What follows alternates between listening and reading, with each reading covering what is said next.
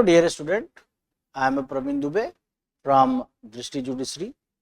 Today we will discuss about the 61st Constitutional Amendment. By this, the voting age lowered from 21 to 18 years. First time it was introduced by Member of Parliament Shankaranand, who was a water resources minister, and introduced by him first time in Lok Sabha, House of People, 1988, and it is inserted, it is amended 28th March 1989. So, we discuss about the 61st Amendment. Historical background. Year of the amendment 1988. After India gained independence in 1947, the founding father establishes a democratic framework that included a voting age of 21 year. हमारे जो निर्माता थे, राष्ट्र के निर्माता थे, वो चाहते थे कि एक डेमोक्रेटिक फ्रेमवर्क बने जिसमें सभी व्यक्तियों को अपने मत के अनुसार अकॉर्डिंग टू देयर विल अपने रिप्रेजेंटेटिव्स को चुनने का, इलेक्ट करने का मौका मिलना चाहिए, अपॉर्चुनिटी मिलनी चाहिए. That included a voting age of 21 year, which was considered appropriate at the time. और उस वक्त ये ठीक था कि 21 साल हो, क्योंकि मैच्योरिटी लेवल उस समय कम एज में कम देखी जा रही थी और ऐसी भारत की परिस्थितियां थी जहां पर हम ये नहीं कह सकते थे कि वोटिंग एज पर कोई चर्चा तत्काल में की जा सके. Throughout the 1960s and 1970s, there were increasing demands from youth organization and civil society groups advocating for lowering the voting age. जो बहुत सारे ऐसे यूथ ऑर्गेनाइजेशन थे और बहुत सारे ऐसे प्रतिभाशाली छात्र, प्रतिभाशाली युवा भारत में बहुत तेजी से भारत के विकास में अपना योगदान कर रहे थे, पार्टिसिपेट कर रहे थे, और वो ये चाहते थे कि उनके द्वारा ऐसा व्यक्ति चुना जाए जो उनके हितों को और उनके अधिकारों को समझ सके. इसके लिए एक बहुत बड़ी मात्रा में जो युवा वोट नहीं दे पा रहे थे एज के कारण, जो 21 साल से कम के युवा थे, उनको इस धारा मिलाने के लिए, उनको वोटिंग राइट देने के लिए एक चर्चा शुरू हुई. This movement highlighted the political awareness and engagement of young generation, जिसके द्वारा एक राजनीतिक अवेयरनेस आई और यंगर जनरेशन को सक्रिय राजनीति में एक प्रकार से वोटिंग के जरिए शामिल करने का प्रयास किया. By the late 20th century, many countries had already reduced their voting age to 18 year. बहुत सारे देशों में और तब तक ऐसा हो चुका था कि वोटिंग एज को 18 ईयर कर दिया गया था. यहाँ पे एक बात आप और ध्यान दे दीजिएगा कि जो इंडियन मेजॉरिटी एक्ट है 1875 का, उसका सेक्शन 3 भी मेजर एज की बात जो करता है वो 18 ईयर करता है. और जो उसका बेसिक है, जो उसका कारण है, वो ये है कि 18 साल से ऊपर का जो भी युवा है, जो भी वयस्क है, वह अपनी सहमति देने योग्य हो जाता है. यानी हम उसको एक प्रूडेंट साउंड मैन कंसीडर करते हैं. तो प्रूडेंट साउंड मैन अगर हम कॉन्ट्रैक्ट के बेसिस पे करते हैं या किसी सिविल लायबिलिटी या राइट को लेकर उसको हम डिसाइड करते हैं, कंसीडर करते हैं उस एज को, तो क्यों नहीं वो हमारे पॉलिटिकल सेक्टर में भी देखा जाना चाहिए. तो इसी के तहत आगे बात होती है.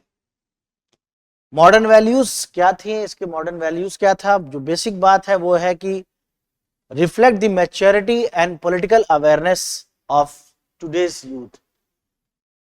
आधुनिक भारत के युवाओं को एक पॉलिटिकल अवेयरनेस में ले आना, पॉलिटिकल अवेयरनेस के अंदर उनको शामिल करना, अपने द्वारा ऐसे लोगों को चुनना जो राष्ट्र के निर्माण में उन युवाओं के साथ साथ योगदान दे सकें.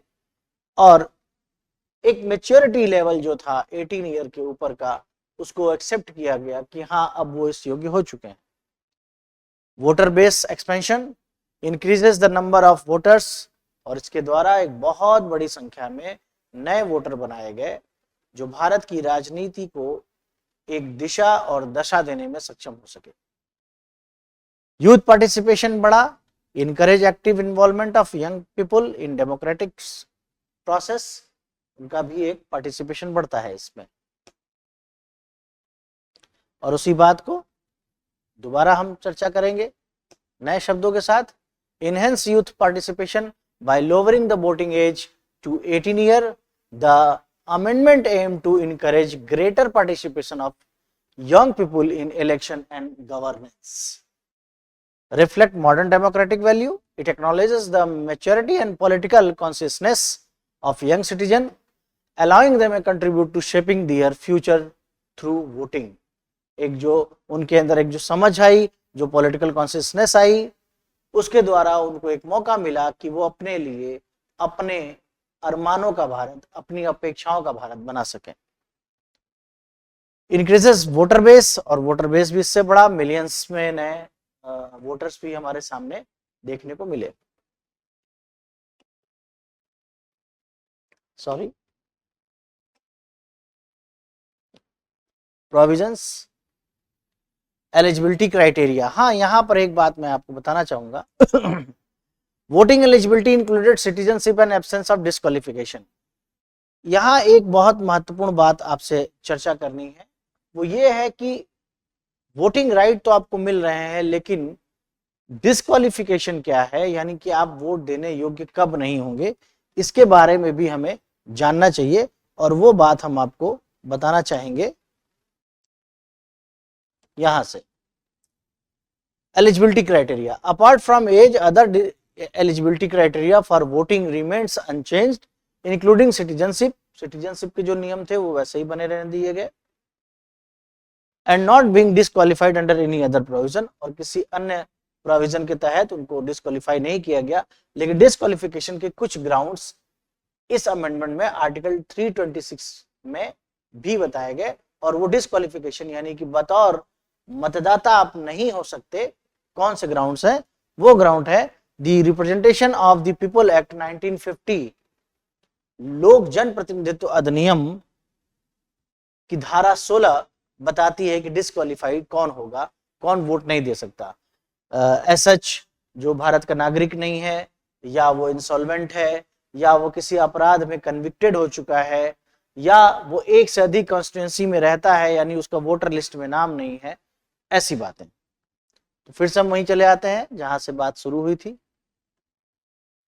वोटिंग एलिजिबिलिटी की बात हम लोग ने जान ली, एज चेंज कर दिया गया, लोअर कर दिया गया, 21 से 18 कर दिया गया, और इम्प्लीमेंटेशन डेट जो थी वो 28 मार्च 1989 को उस तारीख से इसको लागू कर दिया गया आर्टिकल 326 में अमेंडमेंट करके। और फिर हम चले आते हैं इम्प्लीकेशंस क्या क्या हुए, क्या इसका इम्प्लीकेशन हुआ, क्या प्रभाव हुआ, क्या लागू हुआ। डेमोक्रेटिक रिप्रेजेंटेशन हमारा बढ़ा। The amendment significantly increases the number of eligible voters. बहुत सारी बातें, including youngers voice in electoral process, enhance democratic representation and responsiveness in governance. Political engagement, it fostered greater political engagement among youth, encouraging political parties to address issues pertinent to younger voter. Long-term impact on election, yes, the inclusion of young voters has had lasting implications on electoral outcomes and party strategies, as this demographic began playing a crucial role in shaping election result. Practice question पे आने के पहले मैं आपसे 326 को एक बार article 326 पे आपको बताना चाहता हूं कि क्या उसकी वर्डिंग है, क्या कॉन्स्टिट्यूशन कह रहा है। The election to the House of the People and to the Legislative Assembly of every state shall be on the basis of adult suffrage. Suffrage कह रहा हूँ, हाँ, सफरेज, सफरेज का मतलब आप समझिए क्या होता है। सफरेज का मतलब होता है कि active participation in the voting without any discrimination, बिना किसी विभेद के मतदान में एक सक्रिय भागीदारी यानी मतदान देने का अधिकार, right to vote.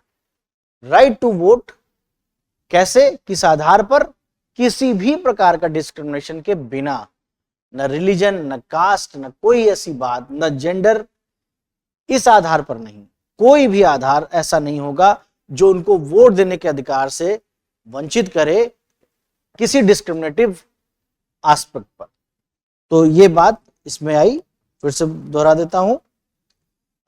On the basis of adult suffrage, that is to say every person who is citizen of India and who is not less than 18 year of the age of such date as may be fixed in this behalf by or under any law made by the appropriate legislature and is not otherwise disqualified under the constitution or any law made by appropriate legislature on the ground of non-residence, unsoundness of mind, crime or corrupt or illegal practice, shall be entitled to be registered as a voter at any such election। किसी भी चुनाव में बतौर मतदाता वह मतदाता सूची में उसका नाम आएगा।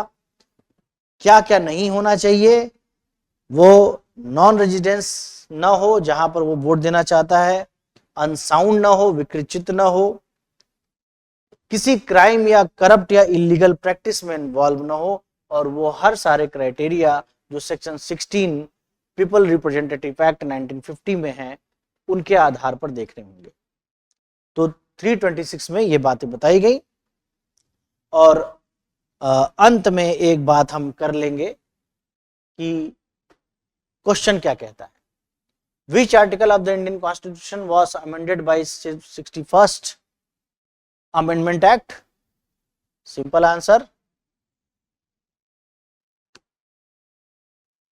आर्टिकल 326। आर्टिकल 356 इमरजेंसी से रिलेटेड है, स्टेट इमरजेंसी। 19 आपका फ्रीडम है, 21 आपका right to life and personal liberty है। तो आपका आंसर होगा 326। एक और क्वेश्चन पे चर्चा कर लेंगे। The reduction in voting age under the 61st Amendment Act align with which fundamental principle of democracy? लोकतंत्र के किस मौलिक सिद्धांत को यह संशोधन प्रकट करता है? यूनिवर्सल एडल्ट सफरेज, जिसकी चर्चा अभी हम लोग कर रहे थे कि बिना किसी विभेद के वोट देने का अधिकार। तो ये एक इसका आंसर सी हो गया। तो बहुत ही संक्षिप्त रूप से जितनी आवश्यकता थी 61st अमेंडमेंट को जानने की, उसको हम लोगों ने जाना। और मुझे उम्मीद है कि आपको समझ में आया होगा, अच्छा लगा होगा। Thank you so much.